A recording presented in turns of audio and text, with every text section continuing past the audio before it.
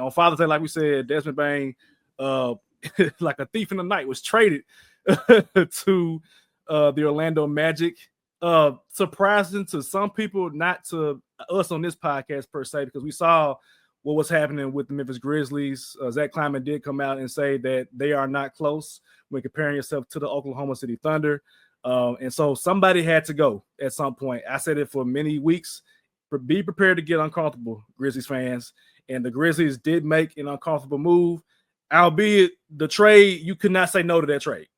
You could not say no to that trade. So to kind of get into the details of the trade, Desmond Bane was the only piece that Orlando received in that trade. And then, of course, Memphis ended up receiving Kentavious Caldwell-Pope, received Cole Anthony, 4 first-round picks, and a pick swap. So a lot. They actually got back into this year's draft at the number 16 pick. They get the lesser of the Washington and Phoenix first round pick, which could be a top 10 pick because Phoenix might blow it up at some point. And then some other straight up first round picks. So initial reactions to the trade for me, I knew that it was going to have to be Desmond Bane. I could make a case for Ja Morant staying because Ja Morant is the face of the franchise. Trading him is a death sentence to the city of Memphis because that's who the city latches on to is Desmond Bane. Not Desmond Bane, but Ja Morant. As far as Jaren Jackson Jr., Jaren is the proverbial adult in the room for the Grizzlies. He's in the NBPA. He's vice president. He does a lot of stuff for the league. His dad's been here. His mom was involved in a lot of stuff. So you really couldn't trade him. Desmond Bane is a great player. He's a leader on the court, but he could not be your highest paid player on the team and expect to make success in the playoffs. I said it before, and I'm being disrespectfully. Desmond Bane is a Brad Beal-esque player. You're not going to win with him as a primary player on your team. He's a great role player, and he's going to be an all-star probably at some point in the East Conference. This is how it is. East Conference is weak. We know that. Out West, it's like Mike Conley. You're not going to get no all-star appearances unless you just happen to get a 10-year anniversary all-star appearance for your services in the league. So Desmond Bane's trade to the Magic. As far as how this affects the Magic, I thought about it, and I like it, of course. I'm still waiting to see it on the court because you still got Paolo, of course. You still got Franz Wagner. You got Desmond Bane. The team, they got Suggs and, Wendell Carter Jr. So the team itself on paper looks nice, but we got to see it in practice. I've seen a lot of Orlando Magic's fans and media members saying that, Desmond Bane can be a secondary ball. Don't do that. Don't do that. We've seen that in Memphis, and I said that for weeks. Do not do that.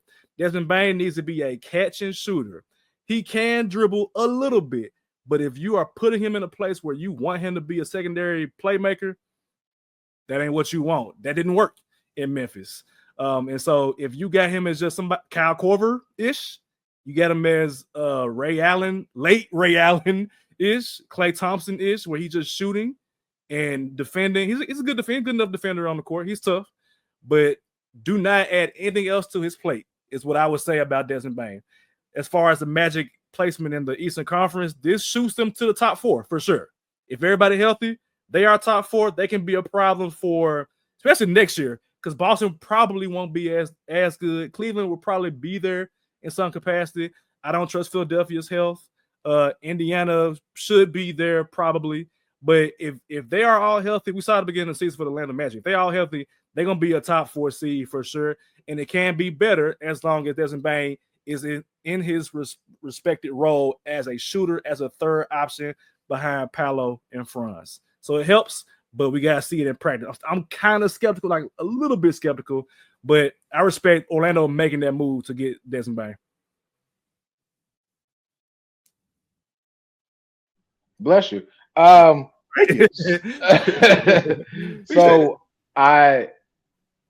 everything that you said is very accurate about Desmond Bane, but I think to your point of saying that he can facilitate the offense, that's why you traded those 4 picks. That's what Orlando believes, regardless of what we know to be true. Somehow, some way, they feel. I think that they can develop him to be more of a ball handler, and I cannot agree more that that's not necessarily where you want him to be. We've seen it work in Memphis, and when I say work, ladies and gentlemen, I got these air quotes. It worked in Memphis, But if you want to literally take that next step and leap, it cannot be with him being your ball handler. I think Jonathan Isaac and someone else paired to make another trade for possibly a point guard. We talked about this on the show before about the E-Dash tour with Orlando. Orlando needs a point guard that can facilitate. And if they can find one to just facilitate, I don't need you to score. We have plenty of scoring around. Just give me Alonzo Ball or some Lonzo Ball esque up in there to just facilitate. That's all I need you to do, especially with Jalen Suggs being hurt. I agree that this does propel the Magic to a top four. First of all, to the point that was already made, the Magic, to me, the coach of the year could have been him because he went through three different stints where he lost his best player or one of his top three players, which was Paolo, or it was Franz, or even Jalen Suggs. And this team still found a way to be relevant to play in the playoffs. So this definitely does put them where they need to be. But I would love to see one more step happen, which is a point guard. I don't think they need a big, it's just not what it is, but they can get a facilitating point guard. This team can go and make it out of the second round because that's been the struggle point for them is they can make it in the first round, possibly. No, they lost to Cleveland in the first round. I'm sorry. Get it to the second round. This Magic team needs to now get to the second round. I think they can do that. One thing when watching, and I'm happy you brought the Cavs and the Magic series up. One thing I kept saying about the Magic was, damn, I wish they had a shooter. And they got one of the best ones in Desmond Bane. He's definitely going to be missed at Memphis, especially when you talk about a player that tapped into the city. Like, he's definitely going to be missed. But as far as Desmond Bane goes, like, A1 shooter, believe it or not, like we talk about his playmaking ability, keep the ball out of his hands, kind of, but he's at the same time averaged 5.5 assists. Which, if you look at the Magic, Franz Wagner led the Magic in assists, and he was about the same thing. So you bring in playmaking to a sense. But again, Magic fans, trust us when we say you do not want this guy running point guard. You do not want. He's a poor man's Devin Booker, if you will, and I say that respectfully because again, I would love to be a poor man's Devin Booker. Hell, I love to be a poor man Desmond Bane. But we telling y'all now, he can get the 4 or 5 assists that y'all want as far as like bringing another guard in, but you don't want him running a one. However, I would like to commend the Magic for staying true to themselves and again seeing what works in the Eastern Conference. Again, they saw the Boston Celtics run, 3-4 finals in a row with building from the 4 spots.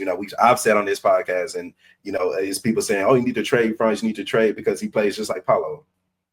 And yes and no, because when you look at the Celtics, you got Jaylen Brown and Jason Tatum. They don't play the same, but they kind of play the same position. And again, they forwards who know how to play basketball. And again, Franz just led his team in assists, so they do something a little different. But again, when you add a Desmond Bane, like it's kind of like adding a Derek White. You know what I'm saying? My dog Jalen Suggs, he'll be back. Drew Holiday. You know what I'm saying? I'm not going to compare Al Horford to Wendell Carter, but at the same time, you get some athleticism, which should be a plus in the Magic case. But again, I got them being a top 3 seed next season for sure as standard. Would I like for them to bring in a playmaking guard? Absolutely. But again, I had to look up the assist numbers. I ain't know Franz was dishing a thing out like that. So again, now that you got a shooter, cool. And again, I talk about Desmond Bane and 5.5 assists with the Grizzlies. He was doing that most times alone, sometimes alone. So if you get him on a team with a killer like Paolo, a killer like Franz, you got something going. So again, I don't want him bringing the ball down the court, but if you can put him in playmaking situations, I know that sounds crazy for basketball heads, but hoop heads will know what I'm talking about. Put him in playmaking opportunity to either shoot or playmate. That's when you'll get the most out of Desmond Bane. So again, I think it's an A+ on both sides. I'm looking at free agent point guards, and I'm like, Chris Paul, pull up. I mean, you're not going to be high usage at all. He only averaged 8 points last year, 9 points, 7 assists, and limited. I don't think he was starting. You know what I'm saying? And if you Chris Paul, you want to get a finals run. I mean, I'm like, but you ain't got no reason to leave San Antonio right now. Not right now. If they get you said for Ethan right now, though. I told y'all my boy was gonna be a Warrior. I told y'all my boy was coming out here in Phoenix, and I told y'all he's gonna be a Spur. Chris Paul is not going anywhere. Okay, think- I'm just making Okay. sure. But I'm gonna run through some of the point guards. They got Chris Paul. I don't think Giddey going anywhere. I hope not. I don't think they will get Westbrook. No to Ben Simmons. I don't know. Why not for Westbrook? I actually like that. Westbrook going if KD comes to Miami, Westbrook gonna come right with his ass. I actually like Westbrook in Orlando because you could. I mean, you do, but I don't know if they do. I don't know if they do. I don't, because I mean, Orlando doesn't have enough shooters anyway. Like to your point too, they were one of the worst 3-point shooting teams in the league, if I'm not mistaken. And Adam Bane helped significantly. It's like probably the second, third best shooter in the league right now.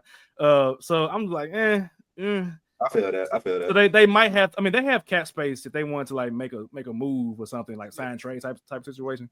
But I don't know, man. Tyus Jones type. Did they want Scottie Pippen as well? Like something like that. Because you had to give up some picks. Because I mean, Scottie had a good year last year. But something along those lines, they would have to make a move for a point guard that's a middle of the pack point guard that can play defense. Probably, honestly, like a you got Suggs too. Made that they cool with Suggs. I don't know. But I don't see Suggs as a true point guard. But he's a starter. Absolutely, yeah, he's a starter. But I don't know if he's a true point guard. What they would need, you know what I'm saying?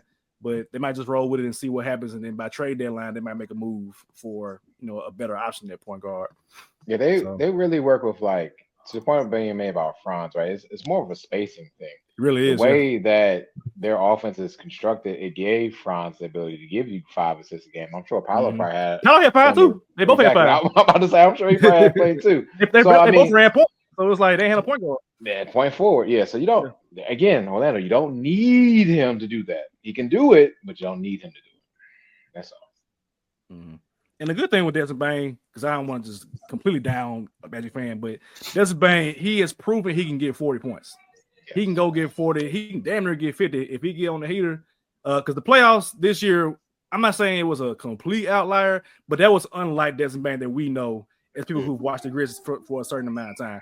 He shot, I think, 20 of 62 from 3 or something like that from the field in the playoffs this year, which was like surprising. But at the same time, given how John Morant's out the lineup now and they play freaking OKC, the best team in the league, ain't nothing you can do about that, man. And I'd imagine that he's going to have way more spacing with Paolo, Franz, and these other players to play alongside him. So Desmond Bane, there can be a night where he's your best player and he's getting 30, 35, 40 points, 7, 8, 9, 10 threes for sure, while also getting you. He had a game, I think he had like 15 rebounds in the game. I think in the playoffs, something like that. He can go get rebounds, get you assists. He's going to be a great player for Orlando.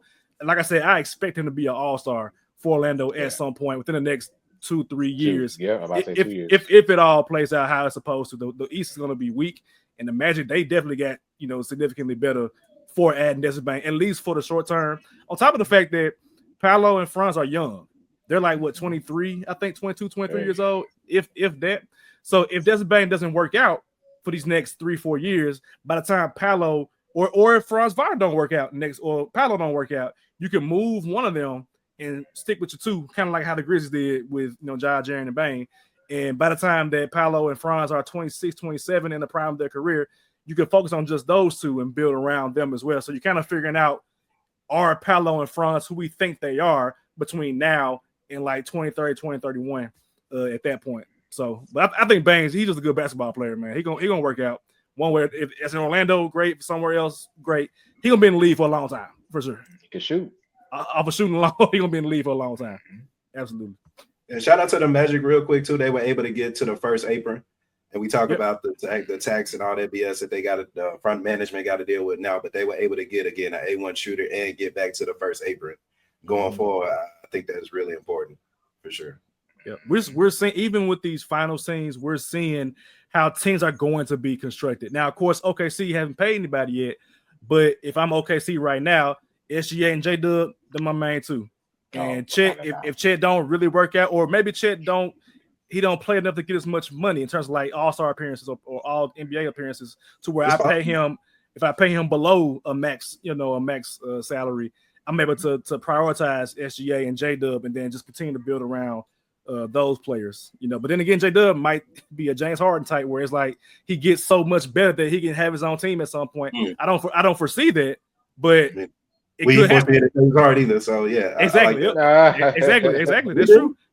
Exactly, we didn't. We sure didn't. So, but yeah.